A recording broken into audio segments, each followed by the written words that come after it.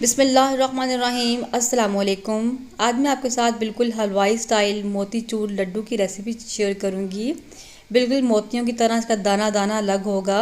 बग़ैर झारे के इसको हम बनाकर तैयार करेंगे, यानी जो हलवाइयों के पास स्पेशल सांचा होता है जिससे वो इसके मोती निकालते हैं, उसके बगैर हम बनाएंगे ताकि हर कोई इसको आसानी से घर पर बना सके।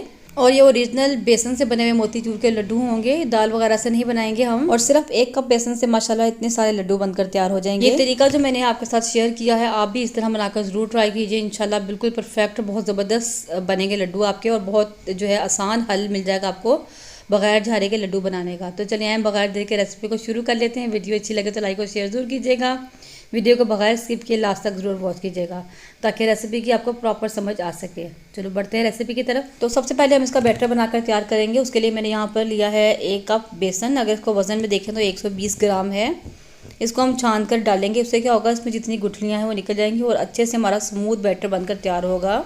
बेसन को मैंने छान लिया है। अब इसमें हम शामिल करेंगे चुटकी भर येलो फूड कलर। आप इसमें ऑरेंज फूड कलर भी डाल सकते हैं, और इसके अलावा इसमें कोई चीज़ नहीं जाएगी। अब मेरे पास यहाँ पर 1 कप पानी है। 1 कप बेसन है तो 1 कप पानी लेंगे और थोड़ा थोड़ा बैटर डाल के पानी डालकर इसका हम बैटर बना लेंगे। पहले हमने थोड़ा सा गाढ़ा रखना है। इसको गाढ़ा इसलिए रखते हैं, उससे क्या होता है बिल्कुल स्मूथ बैटर बन जाता है, इसमें गुठलियाँ नहीं बनती। अगर एकदम पतला कर देते हैं तो गुठलियाँ बन जाती हैं, जो कि निकालना बहुत मुश्किल होता है। तो गाढ़े बैटर में गुठलियाँ जल्दी नहीं बनती। बिल्कुल स्मूथ बैटर जब बन जाएगा गाढ़ा, तो थोड़ा थोड़ा पानी डालकर इसको पतला करते जाएंगे।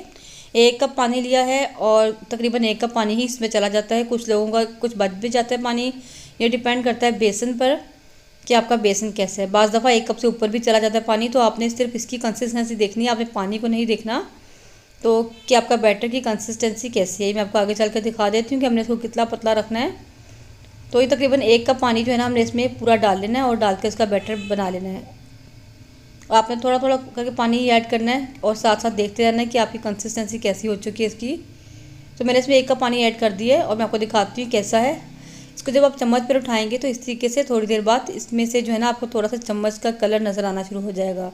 ठीक है, आपका बैटर ऐसा होना चाहिए, बहुत ज़्यादा इसे पतला नहीं करना आपने, और ये बिल्कुल परफेक्ट है। और अगर बिल फ़र्ज़ ज़रा पतला भी हो जाए तो आप इसमें 1-2 चम्मच बेसन के मज़ीद भी डाल सकते हैं। और अब देख लेते हैं, हम अपनी तैयारी नेक्स्ट कर लेते हैं। मैंने यहाँ पर एक स्ट्रेनर लिया है, क्योंकि हमारे पास बिल्कुल बारीक वाला चम्मच नहीं है जिसके बिल्कुल बारीक सुराख होते हैं जाली की तरह, क्योंकि इसकी बूंदी बहुत छोटी होती है और इसको जो है किसी बड़े चम्मच से निकालना मुश्किल होता है। तो मैंने यहाँ पर जुगाड़ लगाया कि मैंने यहाँ पर एक रखा है एक छलनी, और नीचे रखा है कोई सा भी आप बर्तन ले लें, स्टील का, सिल्वर का, उसके ऊपर इस स्ट्रेनर को आप रखते हैं। उससे क्या होगा, जब आपने बूंदी निकालनी होगी तो हम डायरेक्ट इसमें डालेंगे और इसको जो है स्ट्रेन कर लेंगे, ऑयल को छान लेंगे। अच्छा, अब यहाँ पर मुझे जो है कलर थोड़ा सा ऑरेंज भी देना था, तो मैंने थोड़ा सा इसमें ऑरेंज फूड कलर भी डाला है, और ताकि कलर इसका थोड़ा सा डार्क हो जाए, क्योंकि येलो कलर बहुत लाइट लग रहा था। कलर डालना ऑप्शनल है, लेकिन इससे ज़रा लुक अच्छी आ जाती है। अब तैयारी करते हैं अपनी बूंदी बनाने की। तो मैंने यहाँ पर लिया है पाइपिंग बैग। आप चाहें तो पाइपिंग बैग ले लें, या नमक की, चीनी की जो पैकेट्स आते हैं, दालों के पैकेट आते हैं, आप वो भी यूज़ कर सकते हैं, बहुत आसानी से बन जाती है उससे। लेकिन मेरे पास पाइपिंग बैग पड़ा हुआ था तो मैं इसलिए पाइपिंग बैग का इस्तेमाल कर रही हूँ। अगर नहीं है तो आप कोई भी पैकेट ले सकते हैं, और उसमें इस बैटर को डाल के एक साइड पे छोटा सा आपने सुराख कर लेना है। अब मैंने इसमें बैटर डाल लिया है, इसको पीछे से हम गिरा लगा देंगे और इसके आगे बिल्कुल छोटा सा आपने सुराख करना है, बहुत छोटा सा, ठीक है, क्योंकि बैटर पतला है। तो तमाम टिप्स आपने बहुत गौर से देखनी है, ये सुननी है। मैं आपको क्या बता रही हूँ कि बैटर आपका पतला है तो सुराख आपका बहुत पतला होगा, बहुत छोटा होगा तो भी आपका बैटर फटाफट निकलता आएगा, इसलिए आपने बहुत छोटा सुराख करना है। ठीक है, अब मैं आपको दिखाती हूँ कितना छोटा सा मैंने इसमें सुराख किया है। ये देखें, आप बहुत छोटा सा मामूली सा सुराख आपने करना है। ठीक है, सिर्फ एक ड्रॉप उसमें से निकल सके, क्योंकि बैटर पतला है इसलिए। अच्छा, मैंने बाद में बैटर में 1 चम्मच बेसन मज़ीद शामिल किया था, क्योंकि बहुत ज़्यादा पतला मुझे लग रहा था। अब यहाँ मैंने ले लिया है घी। फ्राइंग पैन में आप चाहें तो कोई गहरा बर्तन भी ले सकते हैं, या कोई भी बर्तन ले सकते हैं, लेकिन क्योंकि बूंदी छोटी होती है इसलिए मैं इसको फ्राइंग पैन में ही फ्राई कर रही हूँ।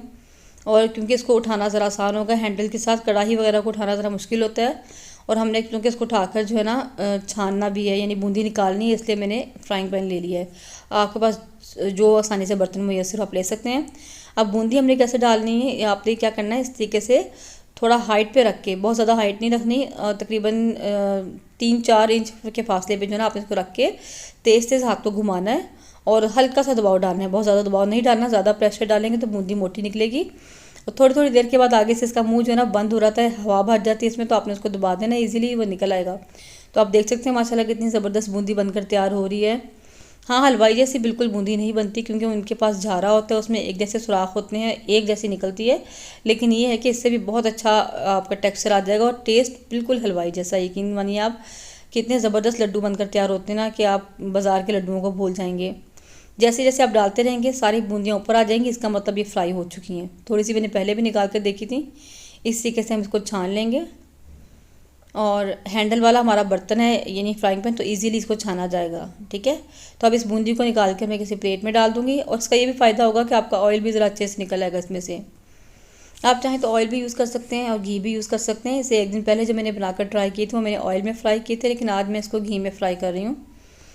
इसको प्लेट में डालेंगे और ऑयल को हम वापस जो है फ्राइंग पैन में डाल देंगे। बहुत आसानी से ये काम हो जाता है, बिल्कुल भी मुश्किल नहीं है और कोई खतरे वाली बात नहीं है।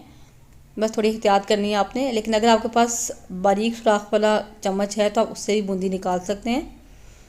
ये देखिए आपने बूंदी किस तरीके से निकालनी है। बहुत ज़्यादा हाइट पे रखेंगे तो बिल्कुल चिपटी आपकी बनकर तैयार होगी। थोड़ी सी आपने हाइट इसकी कम रखनी है और हाथ को आपने तेज़ तेज़ चलाना है ताकि बूंदी आपकी बारीक बारीक गिरे। इस तरीके से सारी बूंदी बनाकर मैं फ्राई करती जाऊँगी। बिल्कुल भी मुश्किल नहीं है, 3-4 बैच में या 4-5 बैच में आसानी से बन जाती है और थोड़ी सी मेहनत होती है, बहुत ज़्यादा नहीं, लेकिन मज़ा आता है। आप यकीन मानिए जब आप लड्डू को बनाएंगे तो आपकी सारी मेहनत भूल जाएगी और बहुत ज़्यादा मेहनत इसमें नहीं होती, बहुत आसानी से निकल आती हैं।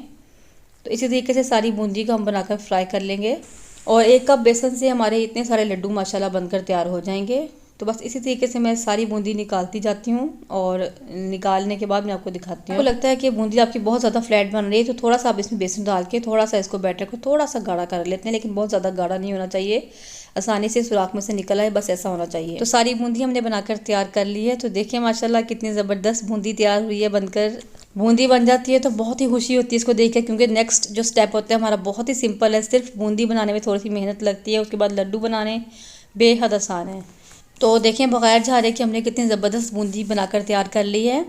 और अब मैं इसमें से क्या करूँगी, एक्स्ट्रा ऑयल जो है इसमें बहुत ज़्यादा क्योंकि ये ऑयल या घी एब्जॉर्ब कर लेती है तो एक्स्ट्रा घी हम निकाल लेंगे। तो मैंने टिश्यू पेपर रखे हैं, उसके ऊपर हम इसको बिछा लेंगे। आप चाहें तो साथ साथ टिश्यू पेपर के ऊपर भी डाल सकते हैं। और अब मैं इसको क्या करूँगी, इस तरीके से 2 टिश्यू पेपर रख के इसको मैं एक्स्ट्रा इसमें से घी निकाल लूँगी। तो काफ़ी हद तक जो है ना इसमें से घी या ऑयल हमने इस तरीके से साफ़ कर लिए। अब इसकी चाशनी बनाने की तरफ चलते हैं। तो चाशनी बनाने के लिए मैंने ले लिया है एक पैन, इसमें डालेंगे 1 कप से थोड़ी सी कम चीनी है। आप चाहें तो 1 कप ही डाल सकते हैं। मोस्टली 1 कप में 1 कप चीनी ही डलती है, यानी 1 कप बेसन में 1 कप चीनी ही डलती है, लेकिन मैं थोड़ी सी कम डाल रही हूँ। और इसमें हम डालेंगे आधा कप पानी और साथ ही मैं इसमें 2-3 कतरे जो है ऑरेंज फूड कलर के भी डाल दूँगी।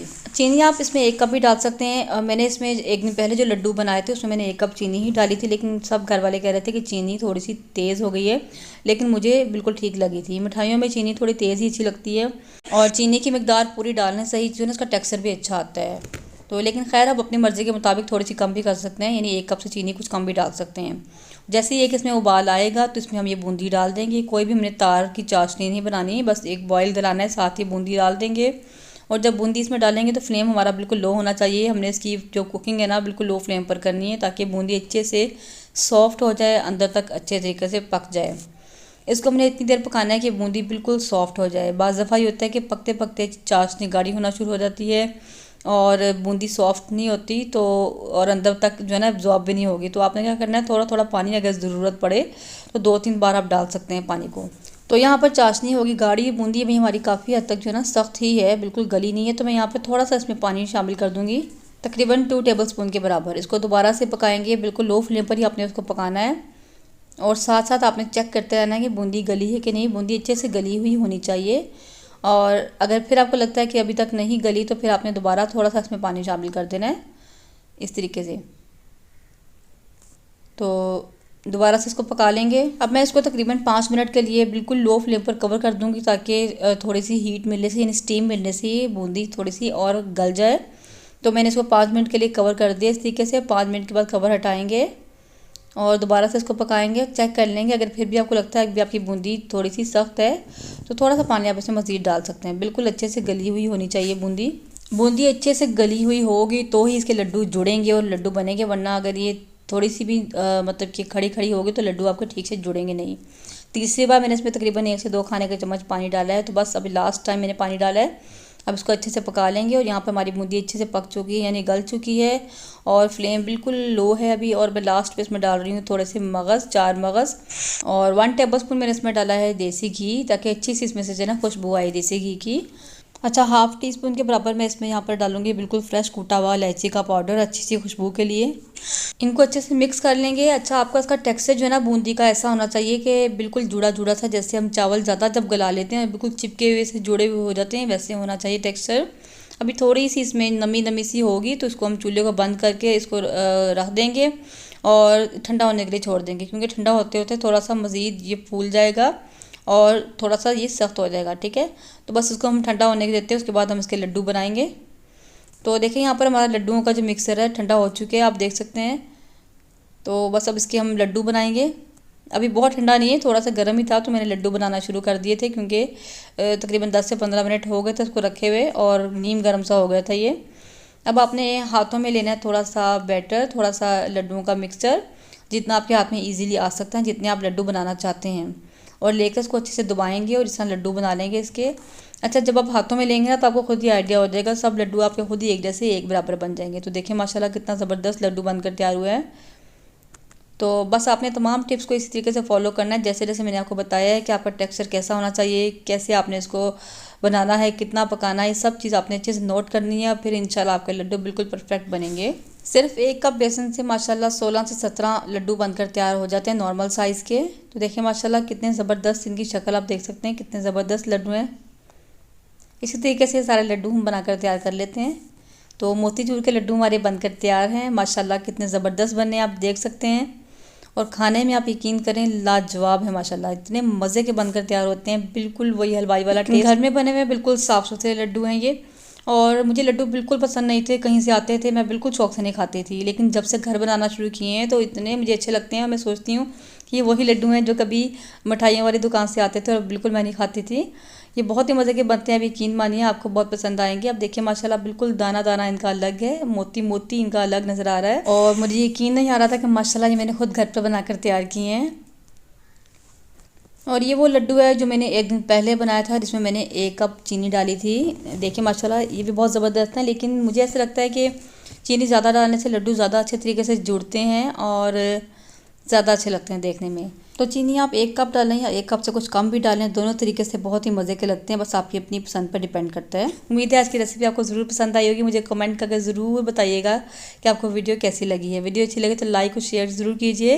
मिलते हैं इंशाल्लाह नेक्स्ट वीडियो में। अपनी दुआ में मुझे याद रखिए। अल्लाह हाफिज़।